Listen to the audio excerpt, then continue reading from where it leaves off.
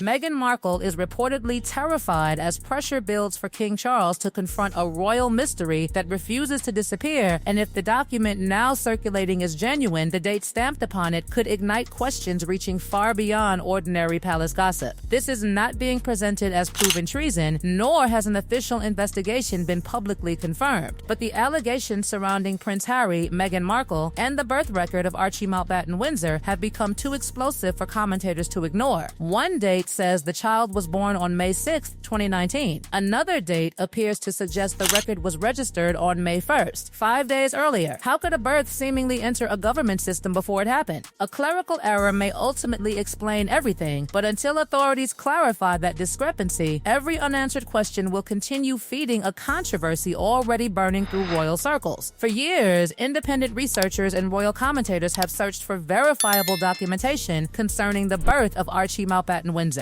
The public story sounded clear. Meghan Markle reportedly went into labor during the night. Prince Harry accompanied her to the Portland Hospital in London, and their son arrived safely on May 6, 2019. That was the narrative repeated around the world, accepted by millions and woven into modern royal history. But in February 2026, an online researcher using the name Go Fake Yourself reportedly requested a certified copy of the relevant record from the United Kingdom General Register Office. According to the claims presented in the source material, a document dispatched on February 27th contained something astonishing. The child's birth date appeared as May 6th, yet an accompanying registry stamp apparently displayed May 1st. Stop and consider what that would mean if the document has been interpreted correctly. The same record would seemingly place the registration 5 days before the stated birth, creating a contradiction so enormous that it could not remain buried beneath polite palace silence. Researchers allegedly contacted the United Kingdom Register Office with one direct question: can parents ever pre-register a birth? Could an exception exist for a planned induction, a scheduled cesarean section, or even a uniquely protected royal delivery? The reported answer was no. A birth cannot legally be registered before it occurs because no authority can certify in advance that a child has been delivered alive. Ordinarily, registration follows the delivery and relies upon supporting medical information. That explanation did not calm the storm. It made the mystery darker. Could someone simply have typed the wrong date?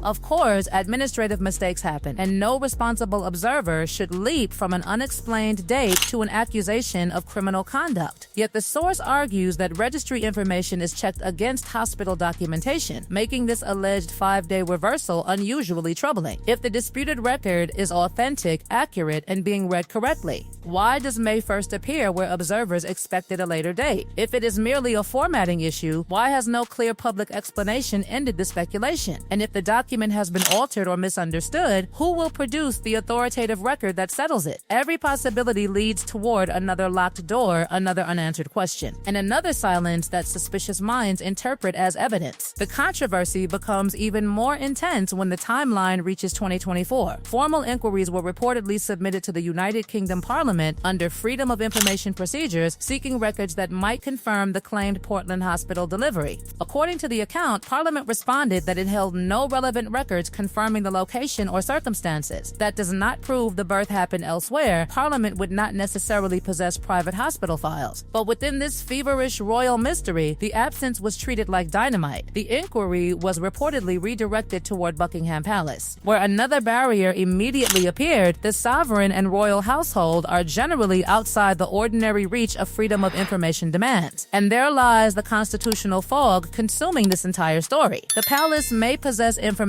it has no obligation to release, while Parliament may lack the records being demanded from it. That gap does not establish deception, yet it creates the perfect atmosphere for suspicion to thrive. A child remains within the line of succession, the disputed paperwork continues circulating, and the institution capable of addressing the questions can remain silent. Now, calls are growing for King Charles III to authorize an independent examination, not because guilt has been established, but because uncertainty has become corrosive. Until the original documentation is is authenticated and officially explained, the terrifying question will linger: is this merely an embarrassing date error, or the first visible crack in a secret the palace never expected anyone to examine? The silence becomes more suspicious when the story reaches Prince Harry's 2023 memoir, Spare, because critics argue that the account opened a deeply unsettling chapter. According to Harry's description, Meghan went into labor during the night before the couple quietly left Frogmore Cottage and traveled to the Portland Hospital in London. Inside the room, Harry claimed his anxiety became so overwhelming that he consumed an entire canister of nitrous oxide intended for his wife's pain relief. Then came the next startling detail. Meghan allegedly received 2 separate epidural top-ups while labor progressed. As if that scene were not already extraordinary, the couple reportedly ordered Nando's chicken during the delivery. Placed beside the disputed registry date and missing public documentation, the story felt like another puzzle dropped into the public's lap. The Portland Hospital is an elite private facility known for treating royalty and celebrities while providing specialist care and customized food around the clock. So why, critics ask, would personal security leave such a protected facility during labor merely to collect takeaway chicken when private dining was available? Even more troubling was the laughing gas claim. Would trained medical professionals truly allow a patient's partner to empty medical-grade nitrous oxide without stepping in? The memoir may have used humor to describe a chaotic night, yet commentators seized upon every sentence, insisting the details appeared inconsistent with normal medical supervision. When contradictions stack up beside unexplained paperwork, every odd sentence starts looking like a clue. Then came the timeline that transformed curiosity into disbelief. Harry wrote that the family returned to Frogmore Cottage less than 2 hours after the delivery. The drive from central London to Windsor can consume more than an hour, even under favorable conditions, leaving an extraordinarily narrow window for postnatal observation, medical checks, discharge paperwork, and departure. Meghan Markle was 37, and the labor was described as difficult, with 2 epidural top-ups reportedly administered. An epidural can require careful monitoring while sensation and mobility return, and medical teams ordinarily watch for complications before allowing a patient to leave. Yet the memoir's compressed sequence seemingly asks readers to believe that staff completed every essential check, removed the necessary lines and catheter, confirmed mother and newborn were stable, finalized the discharge, and placed the family inside a vehicle within roughly 50 minutes. That does not prove deception, because memoirs compress time and frightened parents can remember events imperfectly. But critics argue this is no harmless flourish. If the journey and discharge window cannot be reconciled with ordinary medical practice, what part of the account has been simplified, misplaced, or omitted? Why offer precise details about food, laughing gas, and epidurals while leaving the chronology so difficult to understand? Each answer creates another contradiction, and that is why pressure surrounding Meghan Markle has intensified as demands rise for King Charles III to seek clarification. The next development pushed the mystery toward an even more explosive territory: the decisions made before May 2019.